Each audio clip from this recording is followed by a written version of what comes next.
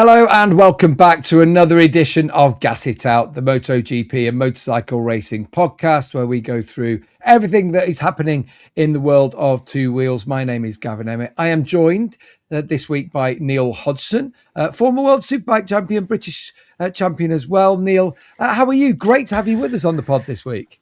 Gav, I've missed you. It's been a few days. I also won the 125cc British Championship, which really annoys me. You keep forgetting that. In 1992, a lot of people still talk about it as being one of the most boring championships ever. But I don't remember it, Neil, because I was still in nappies then.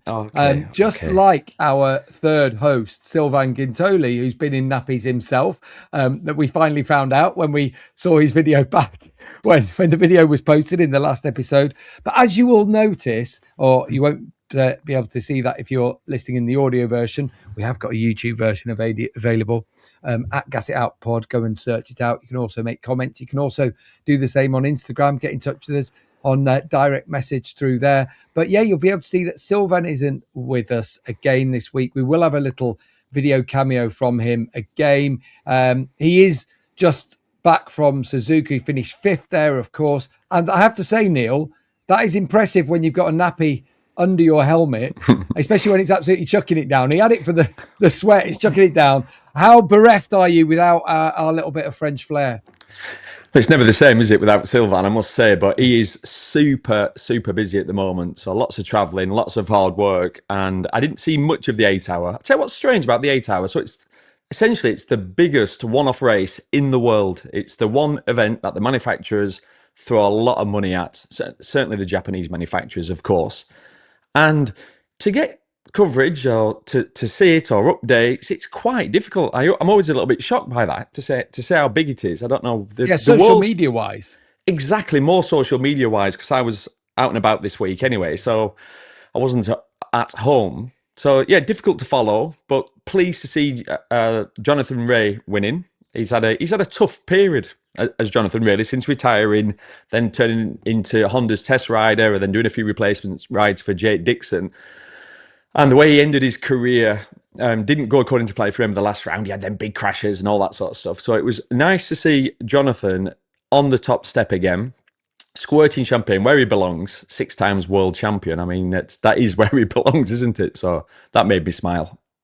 Yeah, he did that with Takumi Takahashi and Somkiat Chantra. They're really tricky conditions. A good battle, actually, you have to say. It was very tight throughout. In fact, Sylvain and his teammate, I have to say, Naomichi Uramoto was absolutely superb, particularly on the drying track, eating up the ground. They pretty much just lost the podium positions on pit stops, really. Which is a killer, isn't it? Yeah, it's a killer. But the factory teams, the Honda team's pit stops. I watched a lot of it because it was on TNT over the weekend. And the Honda team's pit stops were just incredible, like doing about 43-second pit stops, including pit ins and outs. And it's a long pit entry there at Suzuka. Yeah, it's crazy. It's crazy. That is the difference, though. If you want to win the 8 hour, it's competitive, but your team plays a huge part.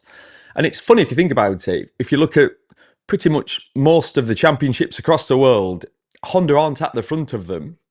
But at the most important race of the year for them, it's true though, isn't it, Gav? This is the most important race. It shows race. They can do it. It shows if they put all their focus, talent, experience, skill, they can make it happen. And I mean, they've won the last, I don't know how many, they've won quite a few in a row, haven't they? Obviously, Zarco won the last few years. He was like their lead rider. So yeah, nice. It's also nice to see Honda on top, because like I said, we don't say that very often, do we?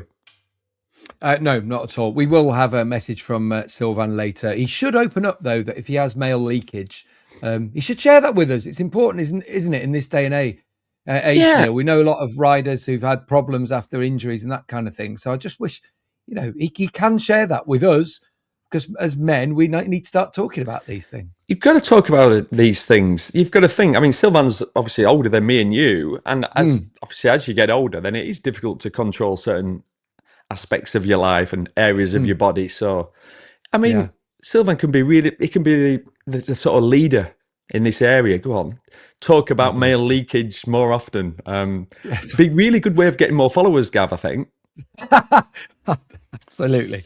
Yeah, we'll leave that to Sylvain. We'll have a cameo from him at the end of this episode, as we did last time. But just the two of us, and I don't know. Perhaps it's not going to be that long an episode because we're previewing Sachsenring. I think the general feeling amongst all of us, especially really after what happened in Balaton, when Marc Márquez was not at full fitness, and yet around a circuit, very much a left-hand circuit, he was unbeatable on that day, and he was strong in the sprint. He was strong in the main race. No one, I know Pedro Costa had a good go, but no one could really lay a glove on him there. And he's called the Sachsen-king for a reason, Neil. He won consecutively there from 2010 through from 125 through Moto2 into MotoGP, all the way up to his injury. He even, when he came back with one arm, he won, in 2021.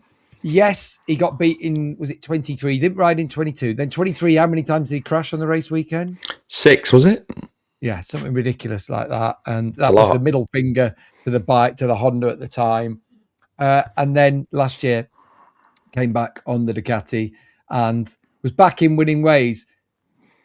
Do you see anything different this weekend, Neil Hodgson? He obviously starts as the clear favourite. I'm trying to work out how I can explain this, that how he can't be beat, like who can beat him. The Aprilia is still definitely the best bike. Balaton is such a weird track. So is Sachsenring. But Balaton, there are no parts of that track that really probably play to the strengths of Aprilia.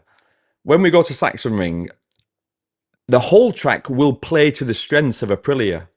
It's all about turning. You're always on the side of the tyre. So Aprilia start with an advantage, machinery, but then it's Marc Márquez's track. He's the best round left-hand corners.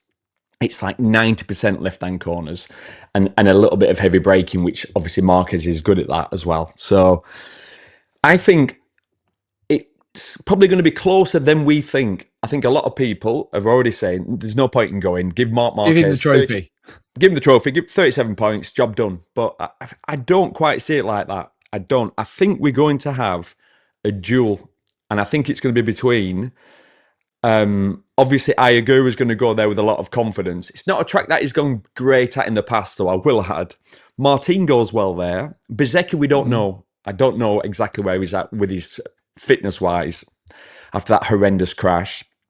And Pecco goes well there. So I think we should have a good race. The weather looks set. Looks like it's going to be hot, greasy, steamy.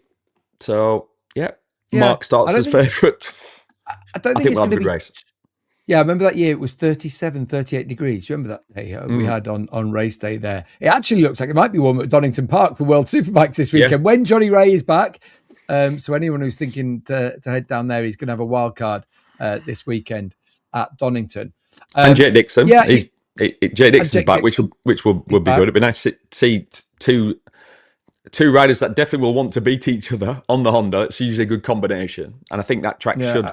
I know they did a test there the other day, so hopefully it'd be good to see, just get the Hondas up there, not battling for 14th. They should be battling inside the top 7, really. Sorry.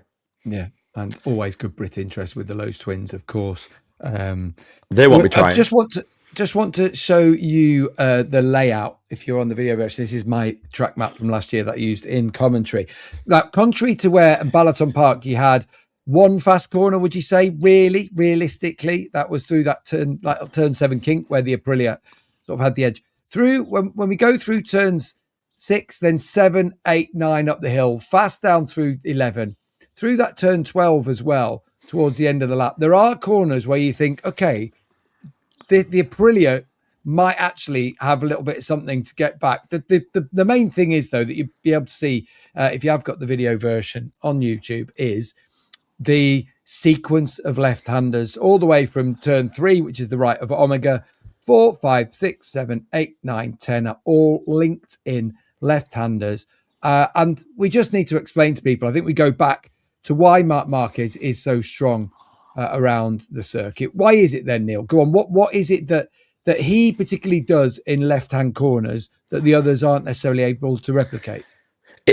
He's got this ability, and I've tried to do my research on, like, speaking to people that have worked with him. I know certain people that have seen his data. he's got this ability on left-hand corners to enter with more speed, go through the corner with more speed, and exit with more speed.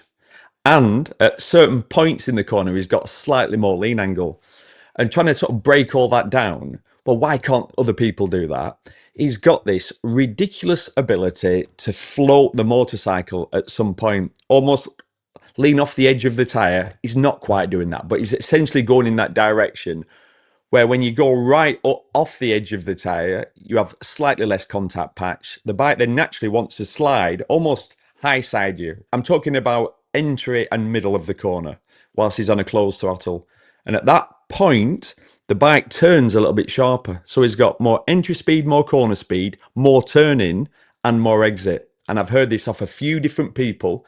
Because obviously, the question you just asked me, Gav, I've asked people going, I don't get it then. I can understand if someone's better at braking or someone's aggressive on the throttle or whatever.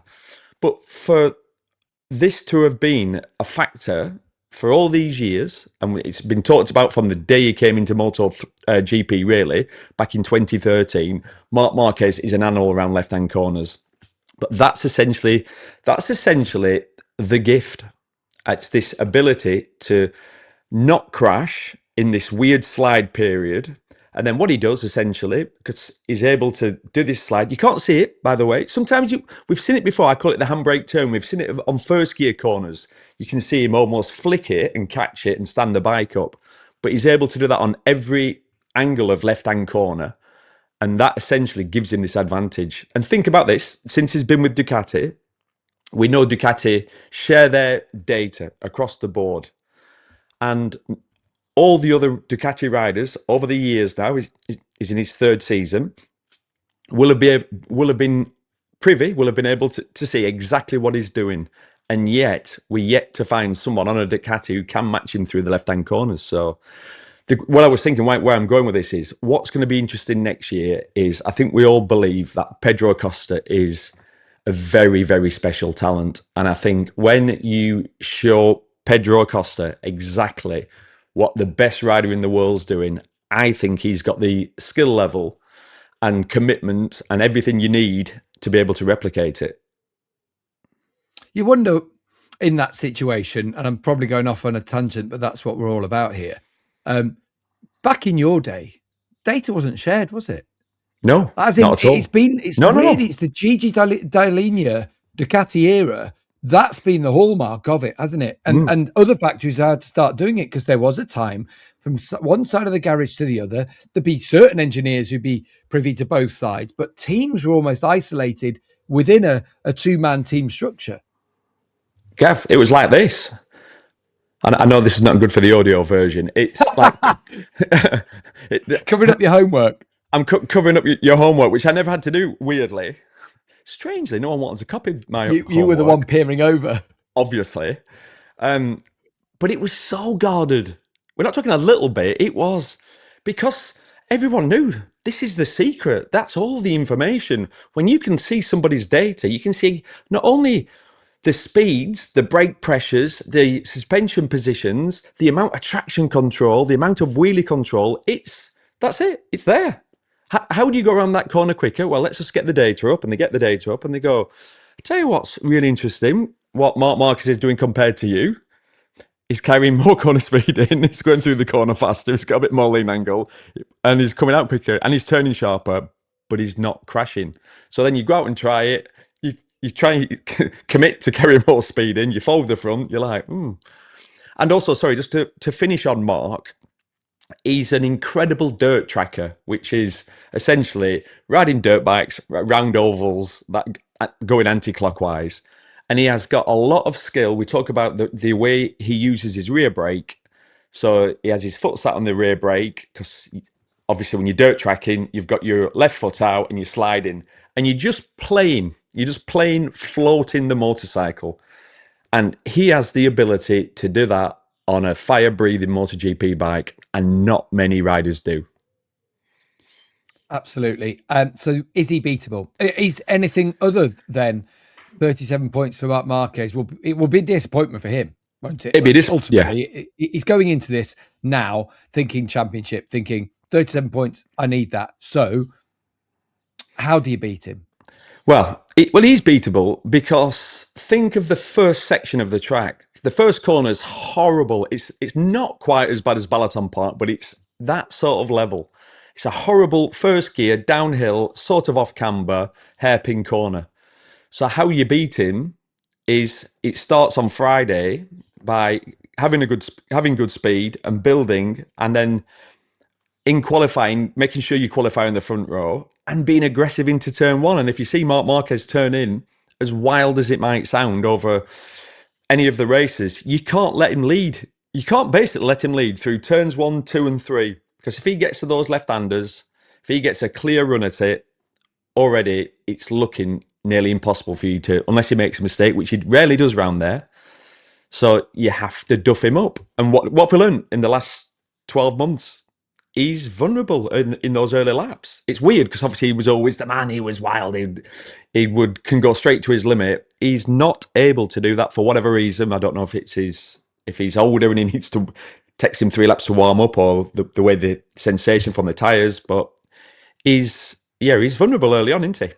Although there was something in Balaton and actually in Assen as well, where it felt like Ducati had been working on that, hadn't they? Definitely in the sprint, he went off hard early, didn't he? And there's just been a couple of times in the last, couple of race weekends where you've thought, they're doing something different here.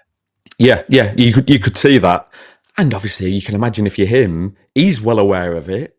You're getting to the point where all your opponents are aware of it. So over the years, there's not been many times we've had discussions about Marc Márquez going, well, I tell you what his weakness is. Is there really? It's just he's strong in all areas. So it's something you can imagine. He will be going back on his practice bike, and they'll be starting from cold, not as in cold tires, but I can imagine him doing a warm-up lap, parking up on the grid, and then trying to go instantly to the lap record lap times on his training track, just to get used to that explosive sort of reactions and power. Yeah. In terms of other bikes, you've mentioned the Aprilia, how that might work. So we expect that Martín Ogura, we're not sure. We all say about Marco Bezzecchi, he's going to be there. However much, he was knocked out for starters. He's been through 130 mile an hour crash, 120 miles an hour, whatever. It doesn't matter. Either of those. It's going to be sore, isn't he? He's going to be sore for about a week, bumps and bruises and everything. I know he's probably going to come out and say, yeah, fine, looking forward to it. But come on, you've been in that situation. You've had crashes like that. Even 10 days on, how do you feel? You feel like shit. There's no secret. There's no way of getting over those sorts of injuries because you're so beaten up. When you see anyone ever go head to ankle, it usually sprains an ankle. So your feet are killing. Your ankles are swollen. His neck, like when we talk about whiplash, the severity of the whiplash he will have sustained during a crash like that, you literally can't raise your head off the pillar in the morning. You open your eyes and you can't lift your head because of the strain to your neck muscles. So that's what he's dealing with. Also, it's the mental aspect as well, Gav, which I think is even more than the physical, because he's on this strange run of poor form, having dominated the start of the season, dominated last year. We almost thought it was going to be boring, didn't we? We were having chats going, bloody hell, we didn't expect this. The Aprilia's made this step, but Marco's made this step. But now he's made this step back, and he doesn't look comfortable. He doesn't look confident. And then you put on top of that at 120 mile an hour, horrible crash. He's going to be, what's the word? He's going to be a little bit gun shy this weekend, I'd say. Yeah, only 13 points since he won in Mugello. Marc Márquez in that time has picked up 93. So that should tell you everything. It's Márquez and Ogura who are the riders in form at this stage of the championship. Let's take a break now. When we come back, we all talk about the championship. Who's hot, who's not, what's still to play for? Because when we go to the Sachsenring, it is going to be the halfway point. Welcome back to Gas It Out. A reminder, you can get in touch with us at Gas It Out Pod on Instagram, at Gas It Out Pod on YouTube as well. Some point over the summer, I'll get the website sorted and I'm going to get the email sorted. Yeah, because I'll have loads of time over summer when I'm daddy daycare throughout the whole summer. But I will try my best. I will endeavour to do my best. It's hard, isn't it? It's hard. Got a lot of things, a lot of pots on the boil, shall we say? Right, Gav, you're doing a good job. You're doing a good job. Don't beat yourself up. Don't listen to Sylvain saying, "Pull your finger out." What are you doing, you lazy bugger? I want people to have the best experience. I want people to, but I have my limitations. Right, in the championship, this is how we sit with 10 rounds down. Round 11 at the Sachsenring will be the halfway point of the championship. Jorge Martín has 193. Marco Bezzecchi is second on 186, 7 between them. And a further 9 points behind Bezzecchi is Fabio di Giannantonio, only 16 behind Martín in the championship and top Ducati. Ogura moved ahead of Marc Márquez last time out. He's on 168. He's 25 points behind Martín. And Marc Márquez sits in fifth, 40 points down on the championship leader. I think after where he was when he, of course, went out injured in Le Mans and then missed the next race, I think he'd be quite satisfied to be there. I put down to the top 8 in the championship on the screen. 130 points. Pecco Bagnaia is only 63. The number 63 is 63 points behind. Just because at this stage of the season, you'll remember he was 91 behind Fabio Quartararo and still went on to win the championship. And my point is, 8 riders are still in this championship. What do you reckon, Neil? Totally agree. It's so funny you say that because it was Sachsenring when Bagnaia was, 91 behind Quartararo. And we all went, that was one of those Sunday nights where it's done, isn't it? That's going to be a long year, isn't it, really? Like the championship's well and truly done. And then the fight back started. So, yeah, absolutely. I mean, am I going to sit here and say, I think Bagnaia is going to win the championship? Absolutely not. But he has got the ability to win a lot of races. He has done it before. The tracks we're going to that we know that he likes. So, yeah, it is possible. And it's quite exciting, isn't it, that we've got that many riders that are still in touch. Again, after the start of the season, we thought, my God, we're gonna be crowning Marco Bezzecchi's champion by by Japan, a bit like we did last year with Marc Márquez. Yeah, he won there in 2024. Did Pecco Bagnaia? Martín won on the sprint on that occasion. So there's 2 who'll be in that. Just a quick word. What do you reckon on KTM? Pedro Costa's shown at Balaton that he was the one to take it to Marc. Obviously, they've had their reliability issues.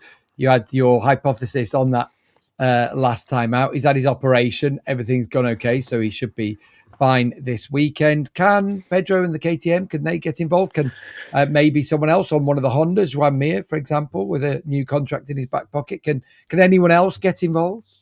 I think it's unlikely, even though obviously Pedro's such a talent, but you've got to start thinking, if you like, KTM have not won a race since 2021. It's just looking 22 maybe, yeah. Was it 22? It's a long. I think wet one in Oliveira with Oliveira.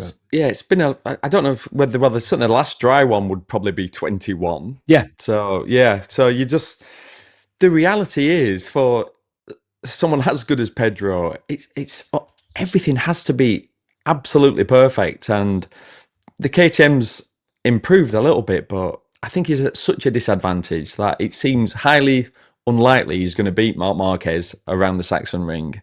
And I think, like we've said earlier, the track will really suit the strengths of the Aprilia, the turning, natural turning. So I'm going to say it doesn't stand a chance. So that means watch on Sunday. You're going to see Pedro Acosta win his first ever MotoGP race, and everybody can just get on X and just berate me.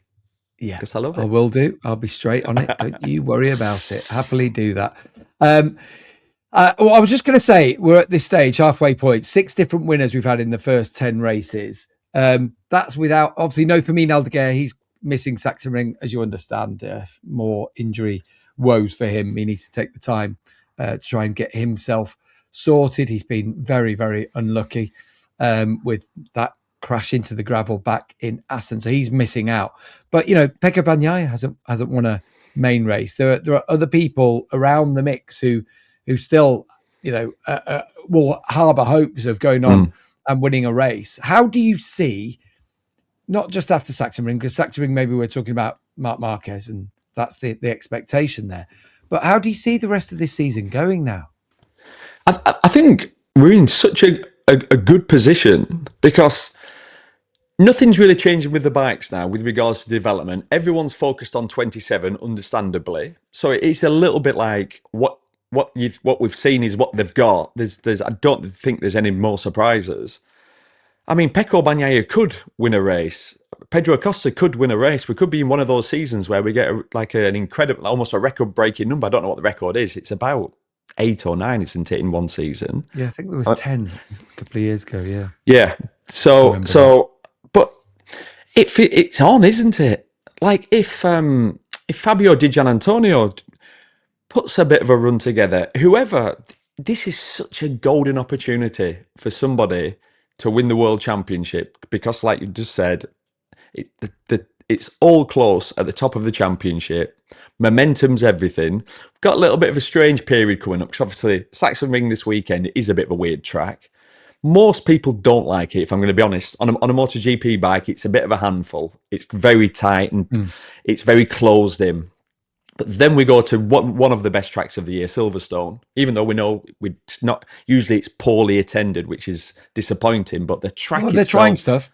They are trying stuff. I know they did the thing that was in the Outernet in London the other day, trying to get that promote. They said 15,000 people went through, at least got a sample of it. I know we're doing. We're going to do I think we're doing a press conference down there before the British Grand Prix again, just trying to drum up more interest. But as you say, it's a fantastic circuit. I mean, that should suit the Aprilia, shouldn't it?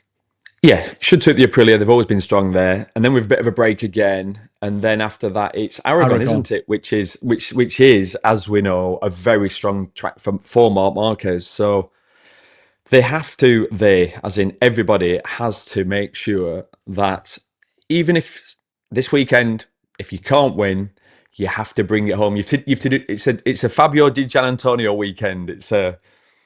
You won't be spoken about a lot, but you'll have a nice 4th and a 3rd, collect a bag of points because Silverstone Mark's not strong at, so you have to try and take advantage there. The beauty of Gav, I think the situation we're in, which we've not been in for a while, it's not just two fast riders. No.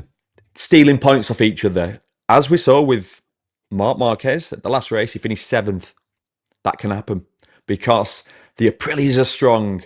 Ralph Fernandez is strong. Ogura is strong. Obviously, Bezzecchi, Martín, Bagnaia, Digi.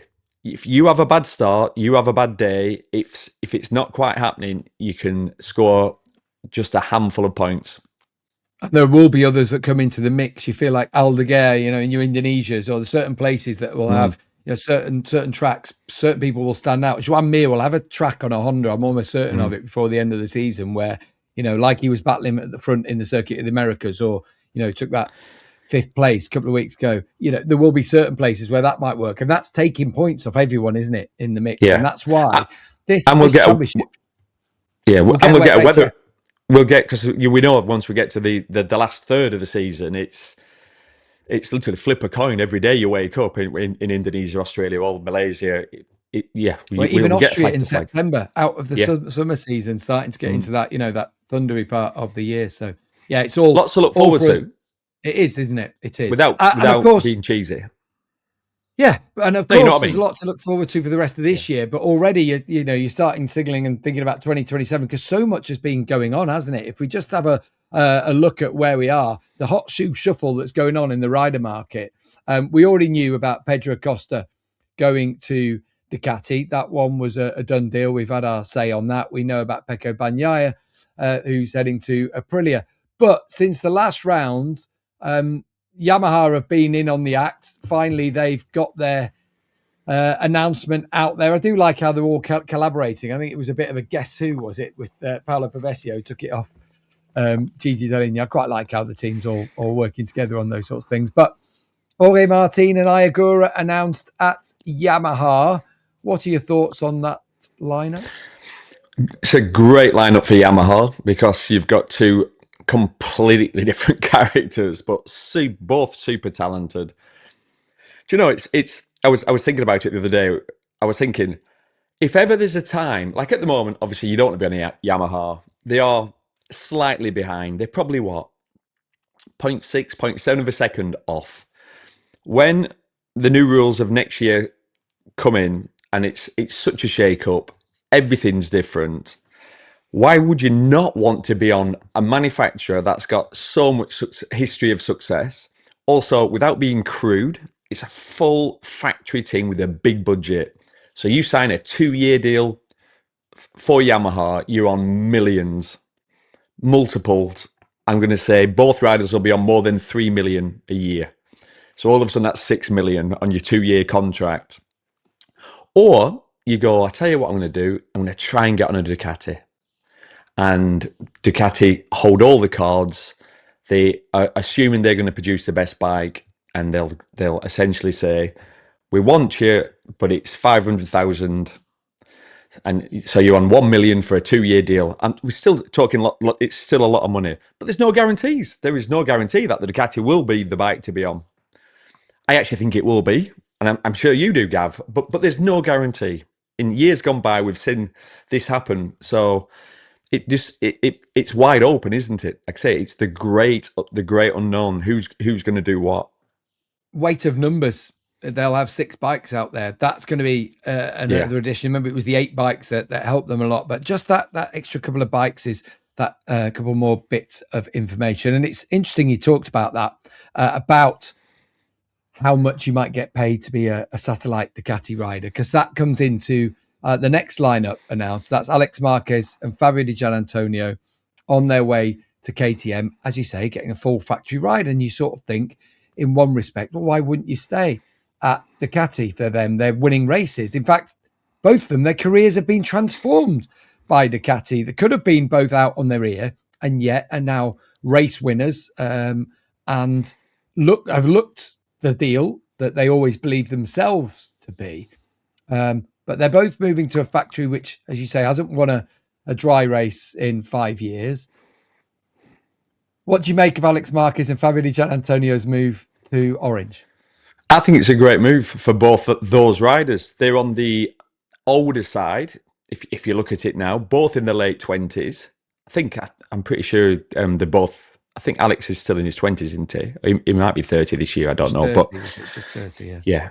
So they're at that age, and they're both really intelligent lads, and they will look at the Moto2 riders coming in.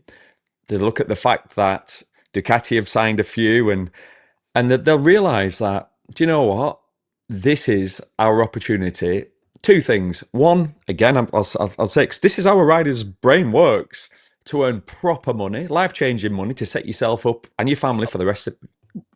It's a career, isn't it? Ultimately, we often forget about this, that people have given up their lives, yes, to race, and there are some exceptions, and I sort of think of maybe a Casey Stoner who just wanted to race. It wasn't really, the money wasn't aside. I just want to race. But for most people, you've given up your life, and this is they're called professional motorcycle racers because it's your career.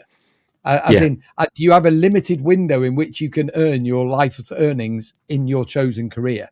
And so exactly. It sounds crude, but I think anyone with a job, or anyone who wants to do better in their life, or and realizes that is the path to something you never could have dreamed of as a kid. You think of Jorge Martín and where he's come from, or Pedro Acosta, and you think of these people, and this was the dream. Someone playing football on the streets of a back alley to be a Premier League footballer, and that's it. And I don't have to worry, my family don't have to worry about anything ever again. That's the dream. And unfortunately for most motorcycle racers, that dream never comes true. No, it never comes true. Or it sort of does come true, but you don't get the big paydays that are available from a factory team. Like I said, it starts at probably 3 million, and it'll go up to, the riders we're talking about, up to 5 million. So if you've got a good manager and you end up with a €5 million contract on a 2-year deal, you're sort of set with everything you've earned before. So it does play a part in it. It's funny, I'll just tell you this really quickly. Like, in my career, I never had the big payday. I had 1 year in MotoGP when I'd won the World Superbike, and I got paid decent money, because that was in my contract that if I won the World Superbike Championship, I got paid X amount the following year. And it was big money. 1 year, one really decent year.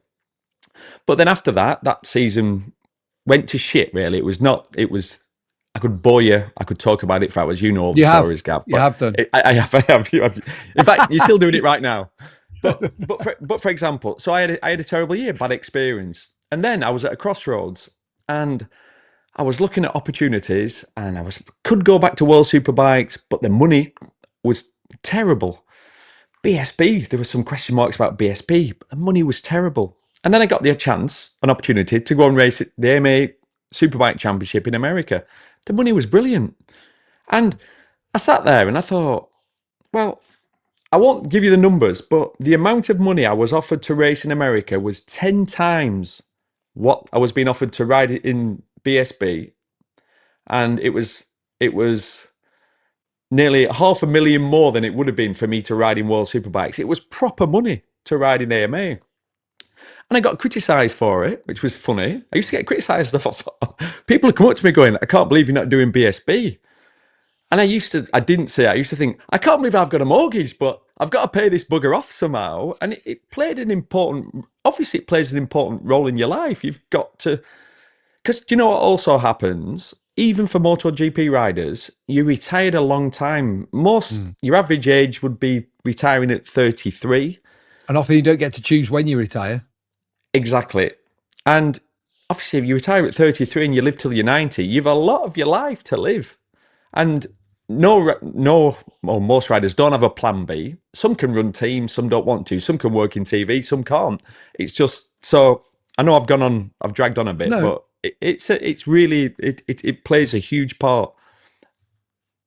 And that's why Marc Márquez and Fabio Giannantonio, who will probably be on, people will expect that, okay, they're the pinnacle of the sport, professional MotoGP racers, probably from Ducati, and they're on Ducati contracts, but they are, as you were saying, it's big money, don't get us wrong, but maybe between £300,000 to £500,000. Yeah, Are we exactly. suggesting, and they'll get bonuses and certain things, and they'll have the manufacturers that will, make everything up. But when you're seeing your Fabio Di Giannantonios on your 10 millions or whatever, there is that kind of disparity across the board.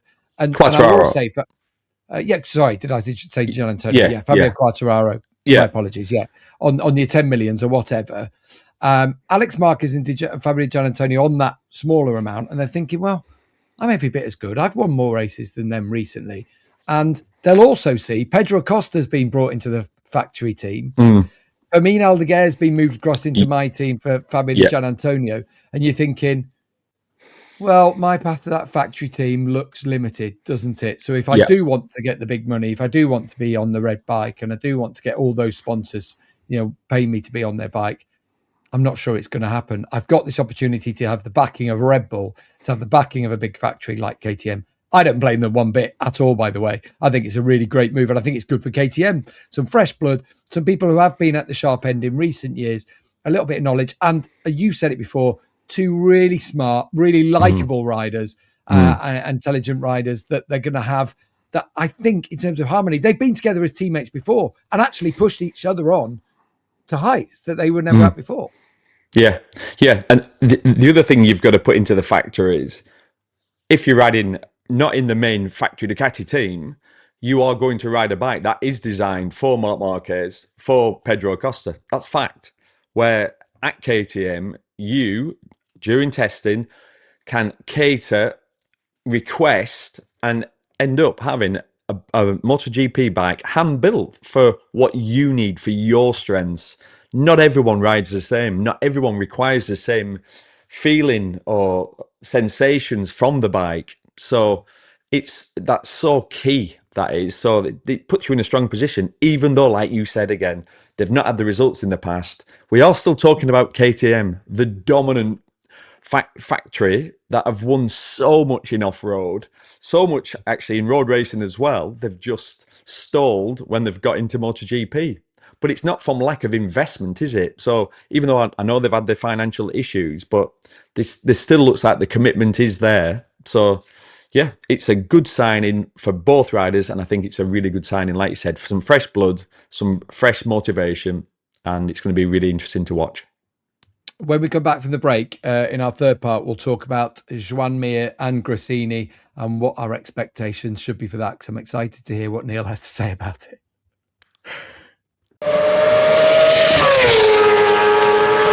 It's part 3 of Gas It Out, and we're just wrapping up a little bit of the news that's been dropping since the last race. Team Gresini had another great little social media escapade there with both Joan and Daniel Holgado confirmed to be in the Gresini team from next year. And we were talking before, weren't we, about Marc Márquez and Fabio Giannantonio going basically to earn their payday. Joan has almost had his payday. He's had his time at the factory Honda team. He's won his championship, been a factory Suzuki man. Joan is going to Gresini to get results, isn't he? He's going there. Yeah. How much do you feel of it is a lifeline for Mir? Or how much do you think that actually going to Gresini is deserved from, let's not forget, a world champion? Yeah, I'd say it's a lifeline. I don't think he deserves it at all. If you look at his results, and that's all we can ever go off. I mean, that's your stock value, my favourite saying.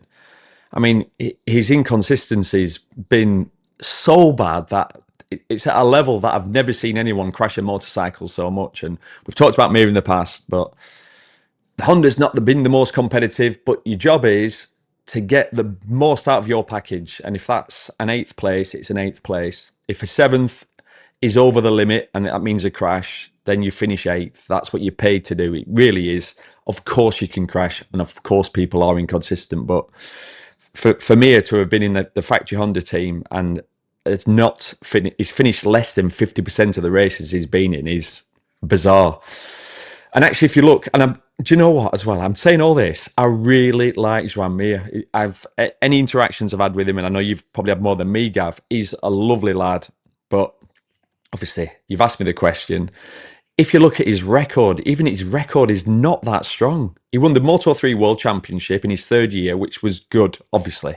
In Moto2, he wasn't impressive. He finished, I think, he did 1 year, he finished 6th in the world. He had something like 4 podiums, no wins.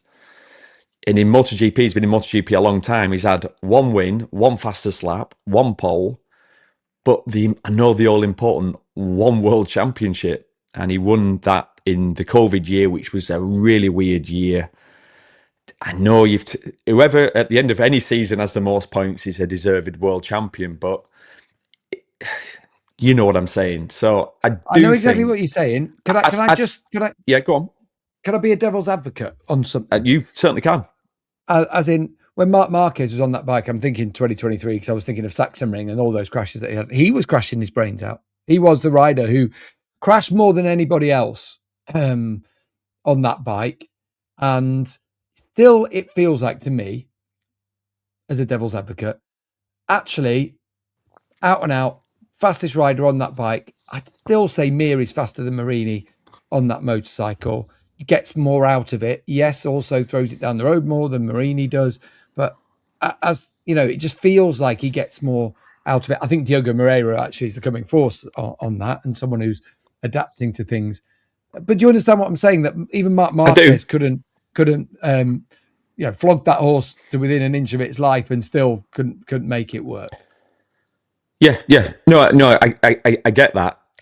But then you have to say though, but Marc then was at that point was coming off 8 world championships, and he'd built up that credibility that almost you could almost forgive him for doing it, because it was like he was never prepared to be beaten. We talk about Mir battling, constantly crashing out of 12, so 4 teams. And I've said this to you. Well, first lap crashes. It's just a lot of which is lap strange. Crashes. That's the thing. I've said this to you, Gavin. We've talked about this a bit, like in the higher cars.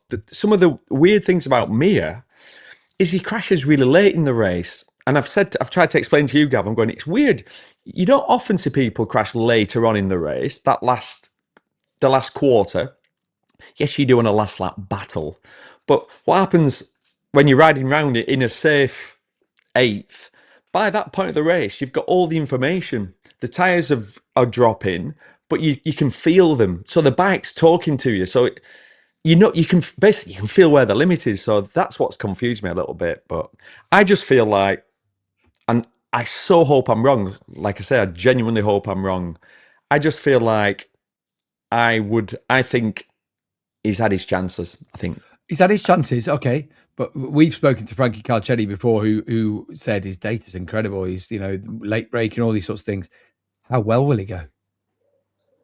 Well, he could go well. First of all, obviously, the great unknown of how good's the bike. Obviously, is going to be probably on, like I said, we're guessing the best bike, the Ducati. How well will he go? Well, I don't know.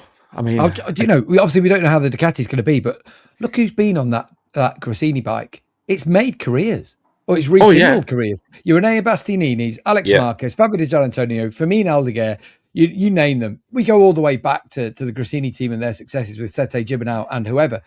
But that team is a great team, and they seem to always get the best out of the package. And if the bike's good, you're in the right spot, aren't you?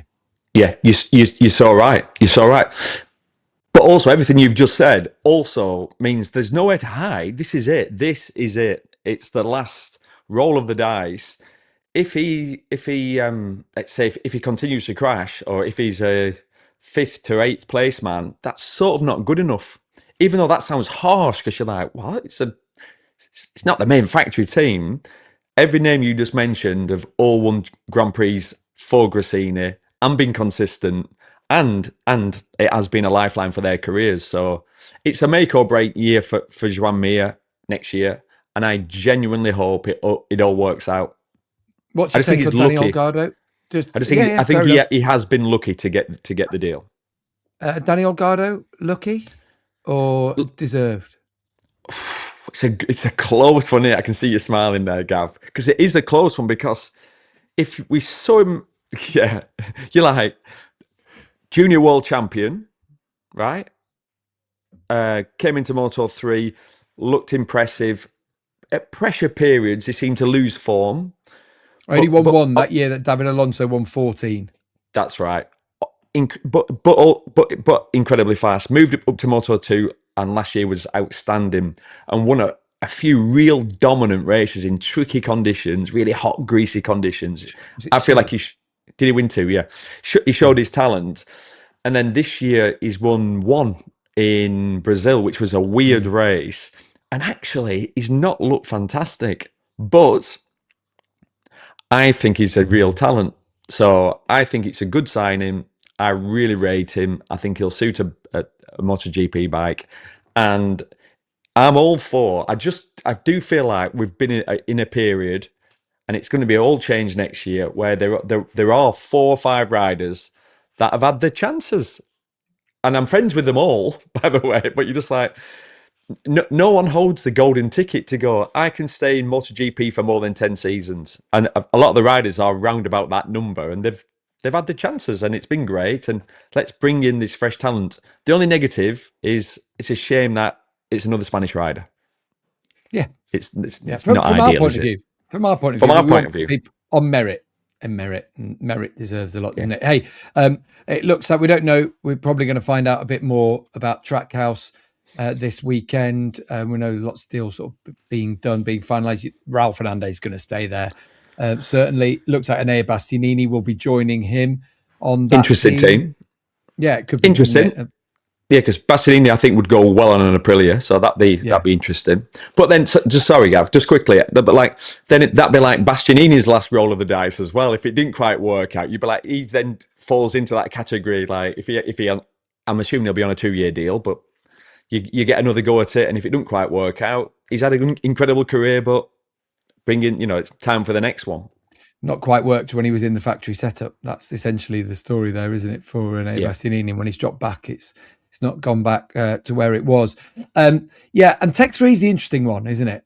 Now, 30th of June, all KTM riders had in their contract an option for KTM to decide whether they take it up or not. So, Vinales, Binder are waiting on that, essentially. We know Irinea Bastianini was also waiting on that, actually, to see what the situation was in terms of KTM, what they might be offering or being able to get out of his contract to sign with Trackhouse. So that then brought Luca Marini into the picture at Tech 3. Also, of course, the options from Moto2, Manu Gonzalez and Senna Aegis. We don't know which way that's going.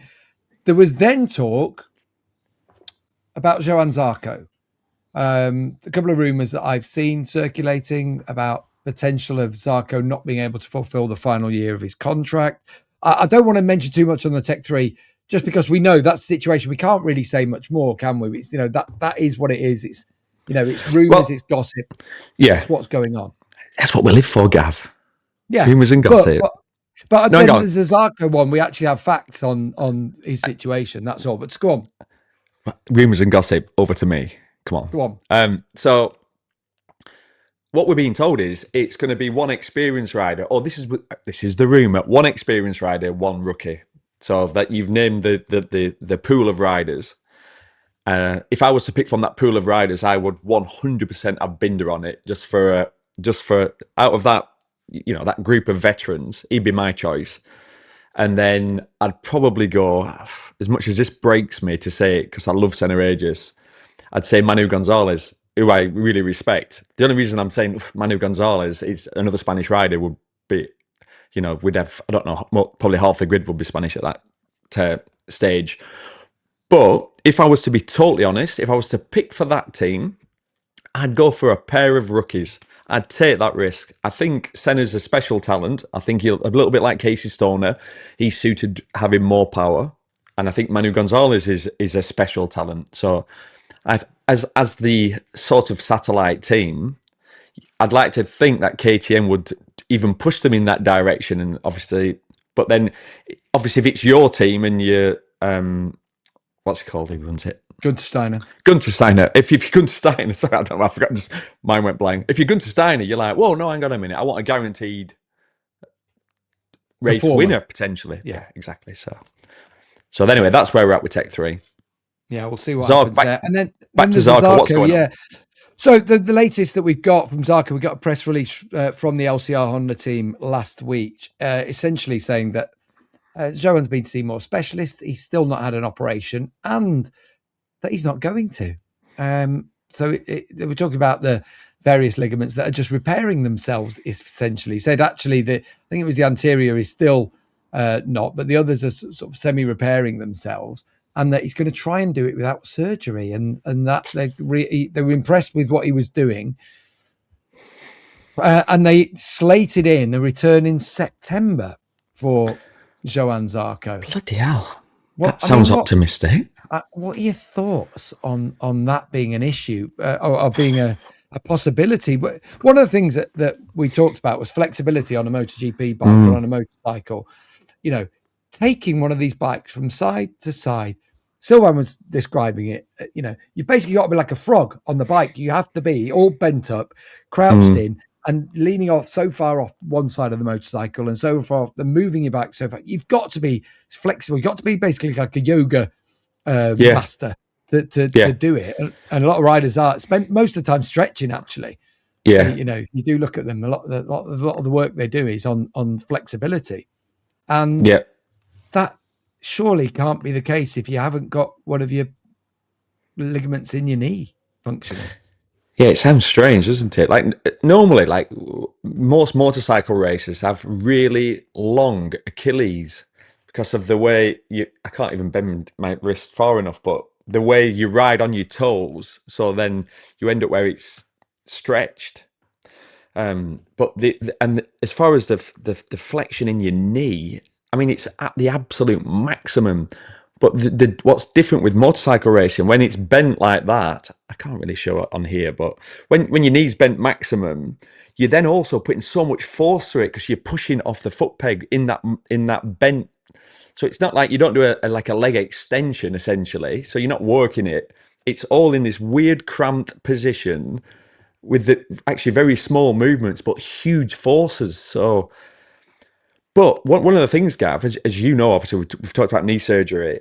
If he was to go under the knife and have like that, because we were being told it was full knee reconstruction. Yeah, that's you done for 6 to 8 months, maybe even a year. We've seen that. There's no guarantee. Then there's no guarantees that you'll have full flexion, full movement back. So I trust. Obviously, Zarco's a veteran, and he'll have good people around him advising him, really good people. And obviously they've got all the information we don't, but the thought of him coming back in September, which is a blink away, like that seems impossible. I was thinking more like we'll see him on a motorcycle probably for the first test at the end of the year. Yeah. But hey, fingers crossed. What that's led to is a few rumours that Honda are lining up someone to replace him, that they might try and move him into a testing role. And that's where there's talk that Senna Aegis have been talking to him about the potential of fulfilling that role. But that puts Senna and his management team in a really tricky position. If he hasn't got the Tech 3 ride, we don't know about that. Maybe that's where it's sort of going. But because he's got to sign for his own career, hasn't he? He's got to sign himself up for the best Moto2 ride that he can get. It might be staying where he is. It might be switching, but to then say, well, but I need this option whereby I can ride the Honda if Zarco's not fit. That makes it really awkward, doesn't it? Yeah. Do you know what? You'd like to think, the Dynavolt team better than I do, but they seem a real decent, obviously it's a very quality team with incredible people there running that team. I think they would be open and fair and say, we totally understand the situation. Obviously, we've got you penciled in as going to be our rider next year. But if the MotoGP teams come a knocking, we'll let you go. And also, they will be in a position, because we know it's always the knock-on effect. So the Moto team, most riders aren't fully sorted yet. They wait for this period to settle down. Then after summer, then it's the silly season for Moto2. So as you can imagine, if you are the Dynavolt squad, you've got the championship leader anyway, who's leaving, but you've basically got one of, if not the best team in the paddock. So you can handpick who you want. So they're in a good position. I've got one final bit of news, very sad news that we got over the weekend, and that was the passing of Mark van der Straten, who we knew well. God. And just a bit out of the blue, that he passed away peacefully at home, we're told, at the weekend. Really sad news, isn't it? For someone who has given a lot, not just to this sport, but to four-wheel racing as well. But yeah, really has been an integral part of this championship over the last 15 years or so. Yeah, honestly, I think that's affected a lot of people in the paddock. If you look at Mark van der Straten, how long he's been involved in our sport, the amount of money, but it's not that. We've sat having a beer with him in his hospitality, and you hear stories about people, and he's a billionaire and super wealthy, and you always have a perception of how someone's going to be. And Mark van der Straten could not have been the absolute polar opposite. This absolute beautiful gentleman that was so funny, just great to be around, and has given so much to our sport. And I mean, I'd heard some rumours that his health wasn't too good, but it came as a real shock when I saw it on social media. And he's helped so many people. So now, Alex Marquez. If you got the list of riders that have won the World Championships with Tito Rabat, Frankie Morbidelli, Alex Marquez, of course, very close with Sam Lowes, and among others, of course, over the years, Jake Dixon, people that have been with him over the years. Scott Redding got very close, of course, right at the very start to the Moto2 World Championship. So, yeah, really, really sad news. Really eccentric character. Spoke always in poetry. That's what it was always about. He'd always be showing his knives. He'd have like another knife that he'd come out with, just random things that he'd have, but with passion. Everything was with passion. And so, yeah, I just think it's really sad. And obviously, all his family and friends, our thoughts go out, and to the team as well, because it'll be a tough one actually in Germany this weekend, and I'm sure for World Superbikes in Donington too. Yeah, absolutely. Like I say, everyone will feel it, because if you met him, if you know.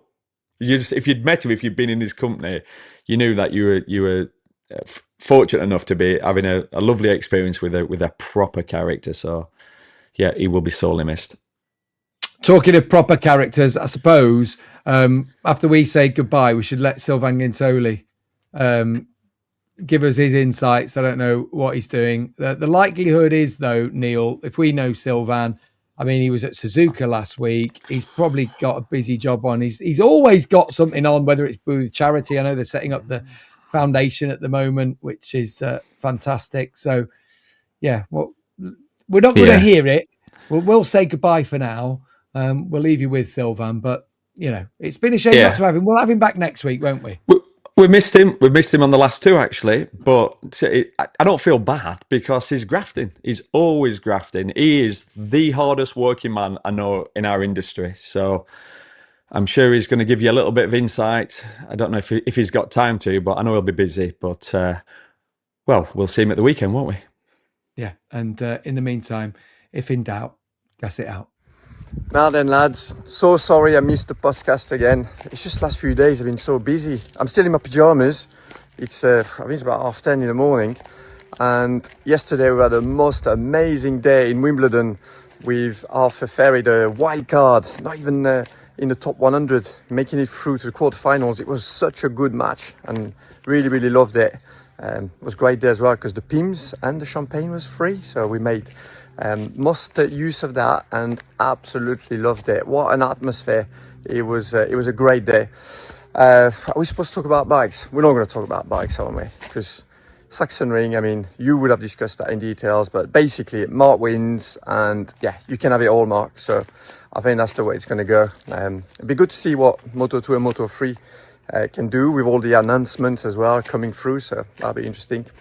But yeah, for now I'm going to try and recover my voice, which is gone from a combination of a late night karaoke night out in Tokyo, followed by a lot of shouting yesterday for the British sort of Frenchman, because I actually Googled it.